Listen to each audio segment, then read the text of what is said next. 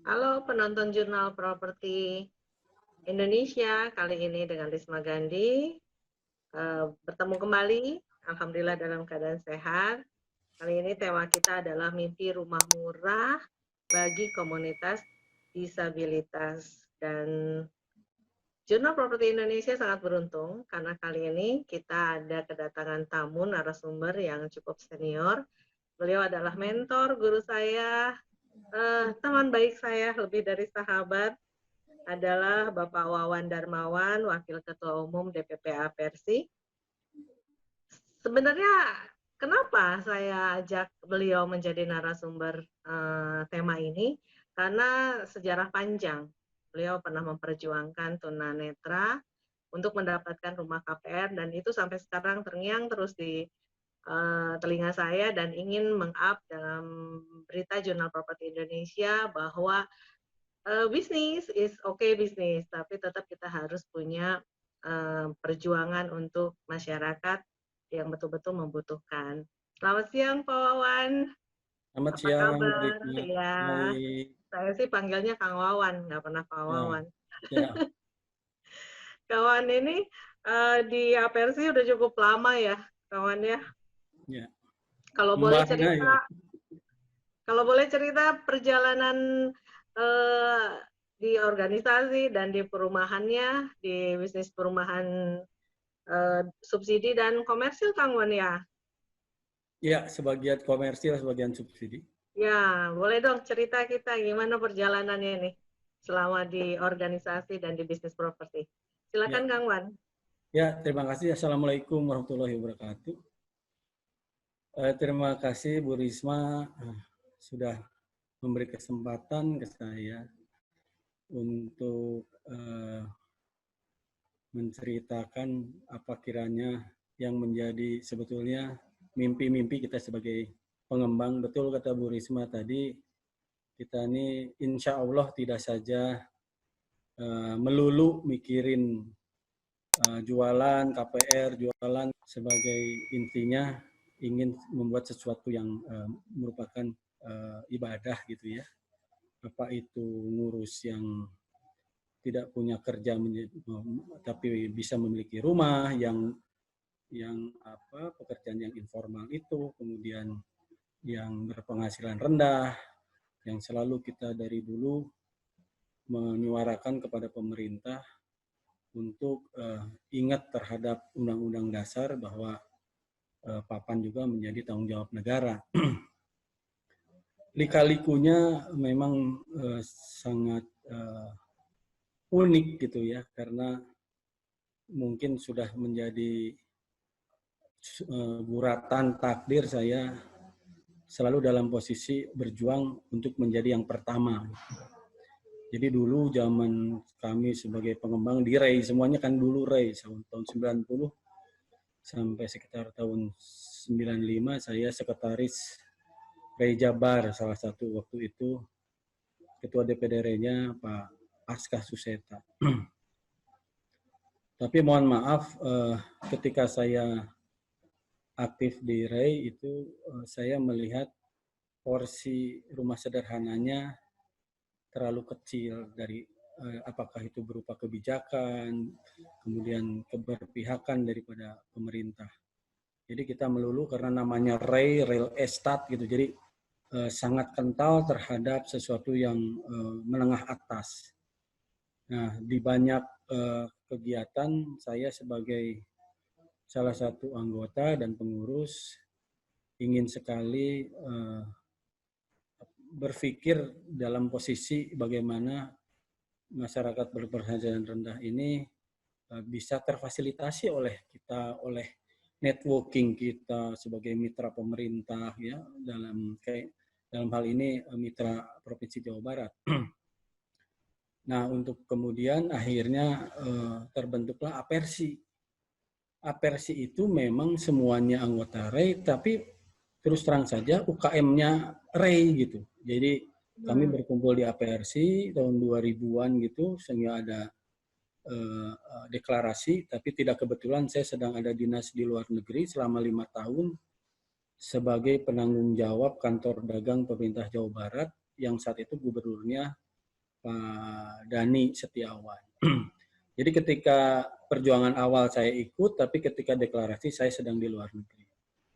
Nah, terbentuk Apersi, kemudian saya pulang ke Indonesia, kemudian jadi anggota Apersi, kalau nggak salah nomor anggota juga kurang dari 20 lah, nomor 20-an lah mungkin ya. Nah, mulailah perjuangan itu sebagai mitra pemerintah, tapi selalu menyuarakan masyarakat berpenghasilan rendah. Dari mulai awal-awal dulu menterinya Pak Ashari ya, itu istilah bantuannya itu bukan FLPP dulu tuh. Nah itu selalu Pak Menterinya sangat responable lah ke kita itu ya, sering sekali pertemuan berpikir mengenai cara dan kiat-kiat untuk bisa hadir di dalam penyediaan perumahan. Nah untuk kemudian ada sekitar 8 tahun yang lalu lah, 2012, kami dengan kemitraan dengan Kimrum waktu itu ya, Dinas Permukiman dan Perumahan. Kepala dinasnya Pak Bambang Rianto. Bu Risma juga kenal. Ya. Nah, kami dipertemukan dengan perwakilan dari tunanetra. Semuanya 11 yang sangat ingin punya rumah, tapi 3-4 orang yang hadir dipertemukan dengan kami, bagaimana supaya mereka bisa ber-KPR. Terserah di bank mana. Waktu itu pernah dicoba di Bank Jabar, tapi tidak ada slot dan mungkin jiwa perjuangannya agak kurang lah. Saya juga nggak ngerti kenapa Bank Jabar sebagai Bank Rakyat Jawa Barat tidak mau hadir ketika rakyat Jawa Barat ingin memiliki rumah, meskipun dia non bankable ya. Jadi memang mereka kurang berani. Muncullah Pak Viator, mungkin Bu Risma tahu Pak Viator. Pak Viator itu kepala cabang BTN saat itu. Yeah. Jadi kami 3 pihak, Apersi, kemudian kepala dinas Kimrum itu Pak Bambang, kemudian kepala cabang BTN cabang Jalan Jawa itu Pak Viator. Kemudian kita godok untuk bisa ber-KPR, dan memang saat itu karena regulasi yang tidak memungkinkan, tapi dicari terobosan, jadilah kami Apersi menjadi Avalis. Jadi disetting sedemikian sehingga ketentuan perbankan tetap dijalankan, tapi ada backup-nya mungkin sebagai jaminan. Jadi kami sebagai Avalis 11 orang tunanetra dan ber-KPR di Bank BTN oleh Pak Viator saat itu. Beresiko sih, saya sangat mengerti bahwa sebagai bank pasti sudah punya SOP-nya, tapi ini yang non-bankable malah diterobos oleh kita semua supaya bisa ber-KPR. Jadi kalau tidak salah di 5 perumahan, di saya di Banjaran ada 2, kemudian di Cileunyi, di Bu UU itu di Manggahang, Balai Endah, masing-masing 2 juga, yang lainnya juga ada sekitar di ujung Brung ya. Dan sampai saat ini sebagai laporan Bu Risma bahwa kita pantau terus cicilannya itu non-NPL, alhamdulillah. Jadi pekerjaan mereka adalah sebagai pemijat, tapi mereka semua berkeluarga, punya istri dan punya anak. Sampai hari ini alhamdulillah saya pernah mencari informasi karena sekitar 2-3 tahun yang lalu saya diundang Bappenas untuk memaparkan masalah komunitas disabilitas ini, tapi saat itu ternyata yang disampaikan hanya sekadar, jadi World Bank itu mengundang kami di Hotel Sultan itu Bu Risma ya, tapi saya agak-agak terkaget-kaget kenapa segagah-gagah itu, secantik-cantik itu yang hadir sebagai perwakilan Bank Dunia, tapi yang disampaikan hanya melulu bagaimana supaya para tunanetra itu megang pintunya gimana, dipersiapkan kemudian jalurnya, handphonenya. Jadi saya pikir mereka mau berbicara mengenai yang lebih jauh, tapi hanya sebatas fasilitas, bantuan peralatan di lapangan supaya mereka bisa melakukan kegiatan. Ketika giliran saya saat itu untuk menyampaikan di depan perwakilan Bank Dunia, itu sekitar mungkin di situ hadir 100 orang.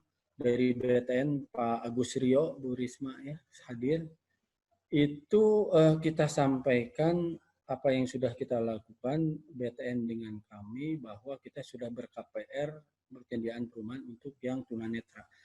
Mereka umumnya kaget, termasuk deputi Bappenasnya. Malah setelah bubar dia juga mencari informasi mengenai ini saya, kontak person saya dan lain sebagainya untuk tindak lanjut. Tapi alhamdulillah sampai hari ini NATO gitu, jadi non action talk only gitu. Jadi itu kan, jadi saya juga jadi prihatin gitu. Kemarin dari Apers itu kan waktu itu ketuanya Bu Ainur, saya sekretaris waktu itu. Bu Ainur juga pernah dipanggil oleh Cipta Karya dalam hal ini. Tapi saya tadi konfirmasi Bu Ainur, Bu, gimana Bu berita tentang kelanjutan pembicaraan dengan tata ruang itu ya, Cipta Karya? Ternyata enggak lanjut juga Bu Risma. Jadi saya sangat senang sekali kalau ini merupakan sebuah alat propaganda kita, promosi kita kepada halayak. Saya sangat berharap ada solusi dan ada progres ya Bu Risma ya. Saya nggak ngerti ada ahlinya bagaimana supaya hasil yang sudah kita capai itu bisa dipublish, bisa menjadi bola salju, semakin besar, semakin bermanfaat. Karena menurut rilis dari Bank Dunia saat itu, 3-4 tahun yang lalu itu, jumlah disabilitas Indonesia saat itu 10 juta. Banyak sekali ya? Ya, 30%. BPS itu mencatat, saya nggak ngerti kenapa kok tercatatnya seperti itu, bahwa jumlah disabilitas di Indonesia adalah 21 juta. Tapi saya nggak yakin. Karena terus terang aja Bu Risma tahu betul kita di Pokja, pendataan itu merupakan hal yang sangat sulit kita miliki dengan baik gitu. Itu prihatin banget deh kita. Kita punya RT, RW, lurah, camat, punya dari kelompok yang terkecil yang bisa sebetulnya kita gerakkan pendataan dengan uang yang tidak terlalu besar. Menurut saya data apapun bisa, menurut saya. Karena Pokja sampai hari ini persoalan data selalu itu saja yang disampaikan. Jadi untuk masalah ide dan awalnya itu Bu Risma, bahwa sebetulnya ya memang negara ini harus sigap gitu ya Bu, ya harus sigap ya ketika nggak usah didorong-dorong, kan uangnya ada, tinggal kebijakan, tinggal keberpihakan, tinggal bagaimana hati ini menuntun kita dalam hidup, bagaimana tangan kita menandatangan untuk siapa, bagaimana dampaknya. Maaf ngomong, kadang-kadang suka joke-nya tuh, aiker kebagian duitnya diteken, aiker kebagian duitnya diteken. Nah ini kan hobi yang sangat tidak baik, tapi ya itulah faktanya.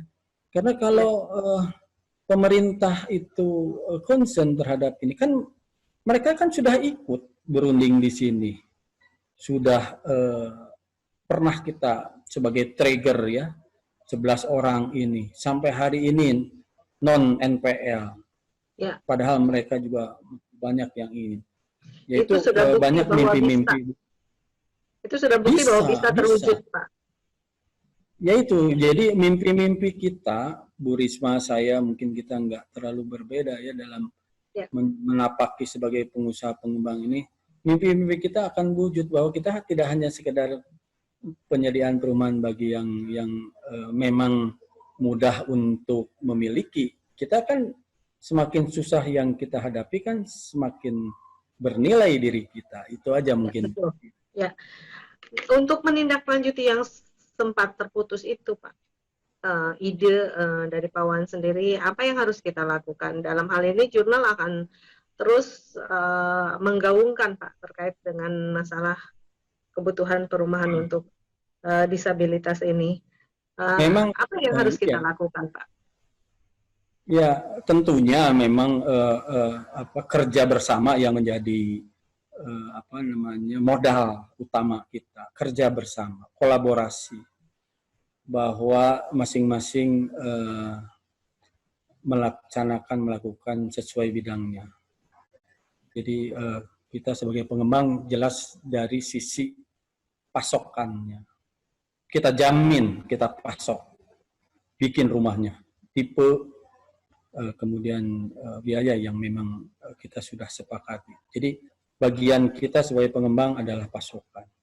Nah sekarang bagian pembiayaan dan bagian kebijakan. Karena pasti harus ada kebijakan. Karena komunitas ini komunitas yang memang non-bankable. Jadi harus ada kebijakan yang negara buat sehingga mereka dengan hak dan kewajibannya bersama-sama dengan kami, dengan kita yang apa namanya, yang boleh dikatakan normal gitu kan, normal dalam arti fasilitas tubuh kita gitu kan, itu bisa disamakan tapi dengan versi yang berbeda. Jadi misalnya pemerintah daerah banyak tanah-tanah yang idle ya. Banyak alasan mereka untuk tidak bisa menggunakan tanah-tanah idle itu. Tapi menurut saya negara ini mampu, dan begitu banyaknya kan menurut Jokowi tempo hari juga. Undang-undang ini kan tumpah tindih. Banyak benar undang-undang yang yang saling bertabrakan dan malah tidak manfaat. Nah, kenapa tidak dibalik? Nggak usah bertabrakan tapi malah bermanfaat gitu kan. Nah, jadi kolaborasi kita mulai saja dengan mungkin kesiapan pihak-pihak yang memang akan menjadi bagian daripada terlaksananya proyek ini ya, apakah pilot project atau apapun namanya.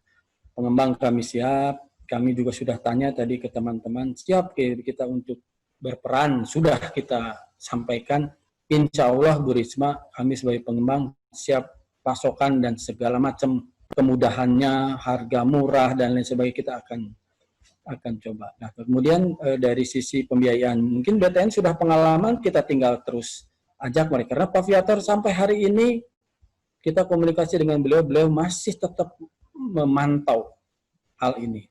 Insya Allah Bu Risma juga kan dengan mudah bisa kita satu visi Pak Wawan.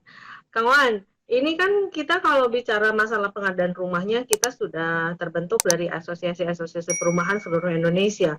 Sekarang saja sudah tercatat 20 lebih asosiasi perumahan. Tentunya untuk berkoordinasi itu akan lebih mudah untuk penyediaan rumah itu sendiri. Yang paling penting adalah bagaimana mengepus pemerintah supaya bisa sinergi dengan pihak perbankan, terutama dalam hal ini tidak hanya Bank BTN, tapi bank lain juga, untuk memiliki kepentingan yang sama gitu di sini, untuk memiliki visi yang sama. Jadi apakah kita akan langsung melakukan pendekatan lebih agresif terhadap kementerian terkait dengan permasalahan ini? Karena terakhir kan baru Kang Wan dengan teman-teman saja melakukan eksekusi ini. Yang setelah itu kan tidak ada lagi. Ya, betul. Gitu. Betul. Ya, jadi sebagai pengalaman saja, memang kalau kita lihat secara berurut itu memang lebih baik ke pusat langsung ya, sebagai pihak yang paling mampu untuk bisa menggerakkan daerah-daerah ya, dibanding kalau kita hanya sebatas di daerah misalnya Jawa Barat. Jadi memang ada baiknya kita dengan kementerian, kemudian mungkin dengan Bappenas, karena ada deputi yang ngurusin ini di Bappenas. Di Bappenas sendiri ada deputinya khusus ya Pak? Tapi saya nggak tahu, lupa apa namanya. Tapi waktu itu kedeputian itu yang menyelenggarakan bekerja sama dengan World Bank itu untuk memang meskipun judulnya hanya untuk penunjang itu ya bagi tunanetra, tapi saya lihat mereka memang bagiannya kalau memang lebih jauh lagi kita bisa apa istilahnya berkolaborasi dengan mereka dalam penyediaan perumahannya. Saya pikir itu nanti coba saya lacak lagi itu kedeputian itu supaya Di situ ada World Bank juga Pak Kawan. Apakah di situ juga ada support secara finansial dari World Bank ya? pasti. World Bank itu memang kerjanya nyawer program dengan uangnya. Memang kerjanya World Bank itu begitu. Selama kita bisa membuat proposal, membuat kegiatan, membuat hal-hal yang memang bisa terukur, mereka pasti mau. Apakah kita perlu membuat satu semacam kan sekarang ini lagi tren, bukan tren ya Pak. Sekarang ini kan lagi ada PAPN. PAPN itu adalah kolaborasi dari 9 asosiasi duduk bersama menjadi sebuah forum untuk memajukan satu kebijakan yang kira-kira masih belum terakomodir oleh pemerintah. Apakah lewat itu juga bisa Pak ya kita melakukan pendekatan kepada tadi Bappenas, kemudian World Bank, Kementerian PUPR, dan terkait dengan pihak perbankannya, di situ mungkin bisa ya kita lakukan lewat jalur itu ya Pak Kawan? Ya ini kan pilihan. Artinya begini, kalau saat itu juga ketika kita merealisasikan 11 orang tunanetra itu terlalu lebar juga dalam menanganinya, saya menganggap atau merasa bahwa akan terlalu banyak orang untuk menyatakan pendapat dan keinginannya. Kadang-kadang ya itulah kalau fobi kita. Jadi kalau sendirian terjalan, kalau banyakan bubar gitu kan. Itu kan jadi sudah pengalaman di organisasi. Perhatian kita ya karena jadi kalau 11 organisasi disatukan untuk melakukan sesuatu ya dalam tanda kutip hal yang bersifat sosial, rasanya memang untuk saat ini kurang mudah juga. Jadi silahkan saja. Nggak mudah lah. Jadi kalau kahog gue di dalam gitu. Ya ini kan inilah joke aja lah Bu.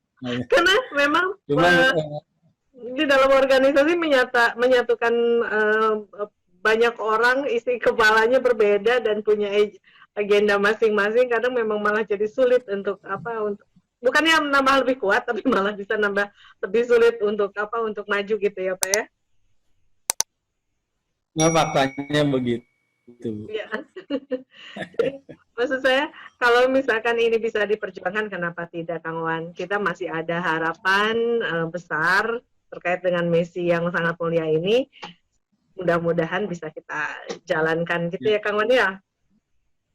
Ide, saran dari senior kita ini untuk supaya bisa mewujudkan atau merealisasikan yang kita harapkan bahwa disabilitas ini bisa mendapatkan fasilitas KPR rumah subsidi.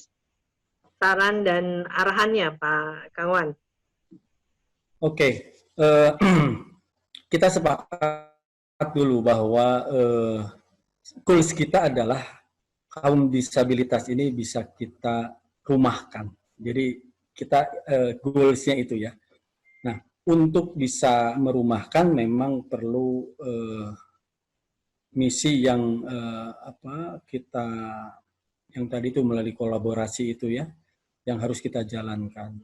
Yang pertama tadi sudah saya sampaikan bahwa pemerintah, pengembang, kemudian sektor pembiayaan itu memang harus menciptakan satu kemitraan gitu ya, supaya apakah itu nanti tunanetra, itu mungkin yang tunarunggu atau yang bagian tubuhnya tidak lengkap dan lain sebagainya, itu yang lumpuh gitu kan, itu memang bisa bersama-sama kita bisa carikan solusinya untuk mereka bisa mendapatkan perumahan. Jadi modal utama adalah itu, bagaimana kita, Ibu Risma, saya ngumpulin mereka gitu, yang memang benar-benar sama-sama punya tujuan bersama itu, goals-nya itu. Karena kalau yang selalu kita ikutin seminar dan lain sebagainya, dicatat, bubar, begitu bubar dari pertemuan itu sudah tidak ada lagi kelanjutan. Nah ini itu Bu Risma yang harus kita jaga. Jadi komitmen ya, bahwa pertemuan itu menjadikan sebuah awal perjuangan gitu yang tidak mudah. Day by day kita berpikir itu, jangan pernah kita berpaling dari itu. Baru yakin kita bisa berhasil. Selama itu tidak bisa, komitmen itu kita tidak bisa realisasikan, semudah apapun program, seleluasa apapun program itu nggak akan ada buktinya gitu kan.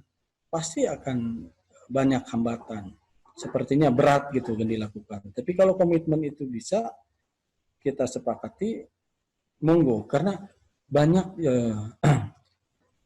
support ya tadi ya. Kalau pengembang sudah oke lah. Mungkin kita dalam beberapa hal bisa kita bantu ya untuk bisa lebih murah dan lain sebagainya. Pembiayaan oleh sektor perbankan itu juga mereka tuh faktanya sudah terjadi.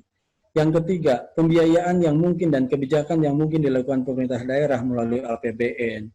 Ada satu hal lagi Bu Risma, jangan lupa, yang belum jalan sesuai dengan Undang-Undang PKP nomor 1 tahun 2011, bahwa hunian berimbang. Itu kita bisa lakukan 1, 2, 3. Dia membangun 1, yang 3-nya dia bisa bangun yang kalau dulu zaman dulu saung kadede dikali 1,2 juta yang 3 itu. Dia tidak membangun 3, tapi dia setor ke saung kadede 1,2 untuk kalau dia membangun rumah mewah dengan tipe A misalnya. Kalau tipe B yang lebih tinggi, dia nyetornya 1,4 juta.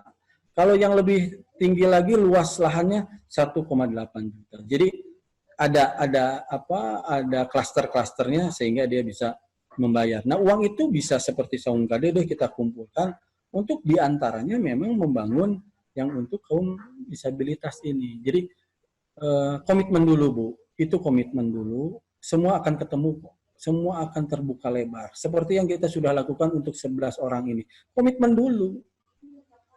Banknya oke, pemerintah daerah melalui Kemrumnya oke, kami sebagai pengembang oke, nggak banyak orang Bu. 4-5-an beres. Kenapa tidak ke daerah lain? Setuju ya, jadi komitmen guys. Kalau yang lain sih nomor kedua. Komitmen ya, oke. Kang Wan, kalau lewat Pokja Provinsi, apakah kita bisa menjadi satu kendaraan untuk menuju ke komitmen tadi yang Kang Wan bahas?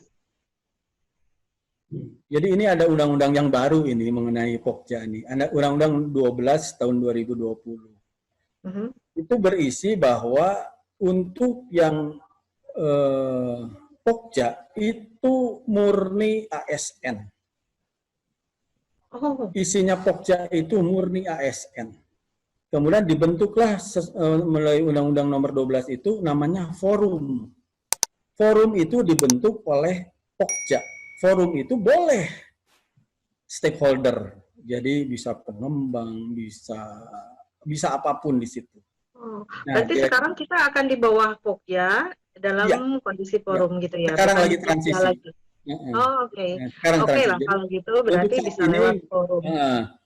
Untuk saat ini belum, sebetulnya bukan belum ya, kalau memang mau gaya saya sih bisa, tapi kan kita tidak sama punya style itu ya. Kadang-kadang Pak Wan mah tarik teuing gitu. Nah, itu kan jadi mundur ya. Tapi menurut saya mau Pokja, mau forum, mau apapun, selama itu untuk bermanfaat, kenapa sih jadi persoalan? Kendaraan mah sok-sok aja, mau apalah namanya, mau Pokja, mau Satgas, mau gugus tugas, ada lagi katanya. Nanti di forum ada gugus tugas. Iyalah mau apa deh, silahkan. Yang penting manfaat. Goals-nya, ayo kita komitmen dulu. Dan para pemangku kebijakan itu nanda tangan ke rakyat kecil dan rakyat yang disabilitas itu pasti masuk surga gitu. Itu aja, nanda tangannya ulah piduit numpul gitu. Ya betul Pak.